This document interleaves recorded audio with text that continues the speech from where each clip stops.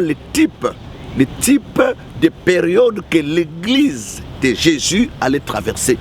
L'Église traverse cet âge et nous sommes au 7e âge de l'Église.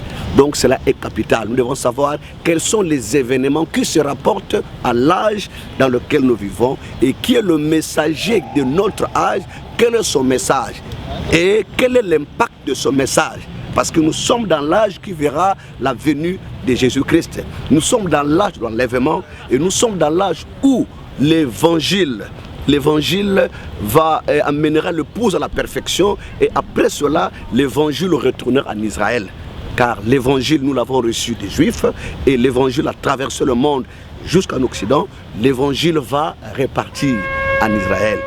Souvenez-vous que dans Matthieu 24, l'Écriture dit comme l'éclair part de l'Orient et se montre en Occident. Donc l'Orient, c'est le lever du soleil, c'était en Israël.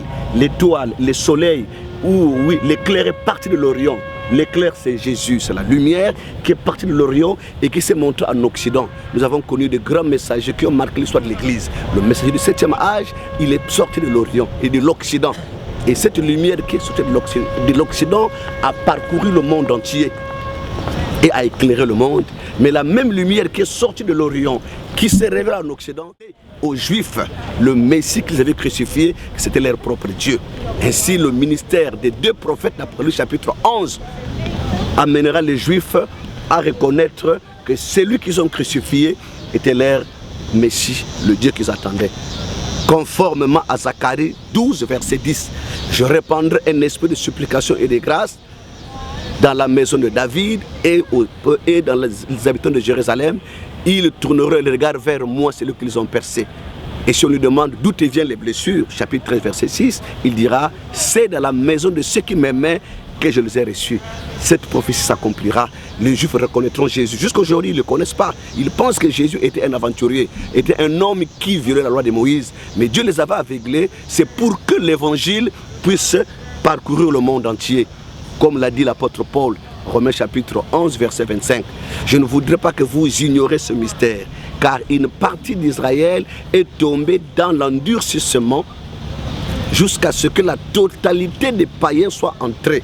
Autrement dit, jusqu'à ce que la plénitude des païens soit entrée. Après cela, je reviendrai et tout Israël sera sauvé.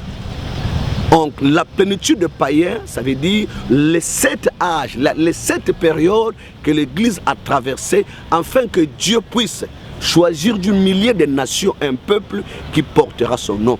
Conformément à Actes chapitre 15, au verset 12, dira Jacques, Dieu a d'abord jeté les regards vers les nations pour choisir du milieu d'elles un peuple qui porta son nom. Et après qu'il aura choisi le peuple, qui est l'épouse, après que l'épouse sera enlevée, conformément aux promesses des Thessaloniciens 1, 4, verset 15, 18, l'épouse enlevée, elle ira à la rencontre du Seigneur dans la gloire.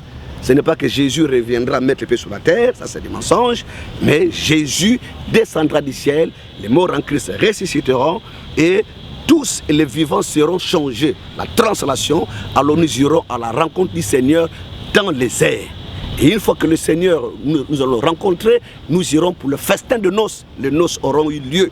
Lorsque le 7e messager se manifestera, accomplira le ministère du Fils de l'homme, alors ce sera l'union de l'époux et de l'épouse. C'est ainsi que l'épouse et l'époux iront au festin de noces. Et après cela, le ministère de deux prophètes d'Apocalypse 11 s'accomplira. C'est ainsi que les Juifs reconnaîtront que celui qu'ils ont percé, c'était leur Messie. Ils le reconnaîtront, comme l'histoire de Joseph va encore se répéter. Joseph a été vendu par ses frères parce qu'il était un homme de vision, un homme spirituel. Et à cause de cela, ses frères l'haïssaient. Jésus est venu en Israël, il avait des visions, il faisait de grandes choses. Ses frères l'ont haï, l'ont vendu à 30 pièces d'argent. Comme aussi Joseph a été vendu à 30 pièces d'argent. Mais là où il a été vendu, après Dieu l'a élevé sur le trône de Pharaon. Il était la deuxième personnalité de l'Égypte. Ainsi que les gens pour le voir devaient se prosterner. Jésus aussi a été vendu par ses frères. Dieu l'a élevé après sa résurrection sur le trône. Tout genou doit fléchir devant Jésus. Mais la deuxième fois, la première fois que ses frères sont vendus à partir acheter des vivres en Égypte, ils ne l'ont pas reconnu. Joseph le connaissait, mais il s'est servi d'un interprète pour parler à ses frères. La deuxième fois, il s'est fait connaître à ses frères. Lorsqu'il s'est fait connaître à ses frères, il a laissé sa femme au palais et ses enfants. Il a demandé à tous les Égyptiens de sortir. Il était seul pour se faire connaître à ses frères. C'est ainsi que Jésus, une fois qu'il ira dans l'enlèvement avec son épouse, il laissera son épouse là au ciel. Jésus reviendra, il se fera connaître à Israël.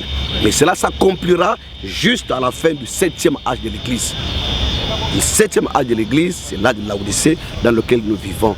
Et dans chaque âge, il y a un messager. Voilà mon exhortation, juste devant la Maison Blanche. Toujours aux caméras, le frère, notre précieux frère, précieux vraiment le frère Jacques, que Dieu le bénisse richement pour tout ce qu'il est en train de faire pour l'œuvre du Seigneur, pour tous ceux qui vont suivre ces images, que Dieu vous bénisse richement et vous aurez des coordonnées pour nous contacter, pour avoir une lumière parce qu'il y a des points qu'on a laissés en suspens. Nous allons les éclairer. Que Dieu vous bénisse richement. Shalom, pasteur Parfait Madjimo. Dieu vous bénisse. Merci.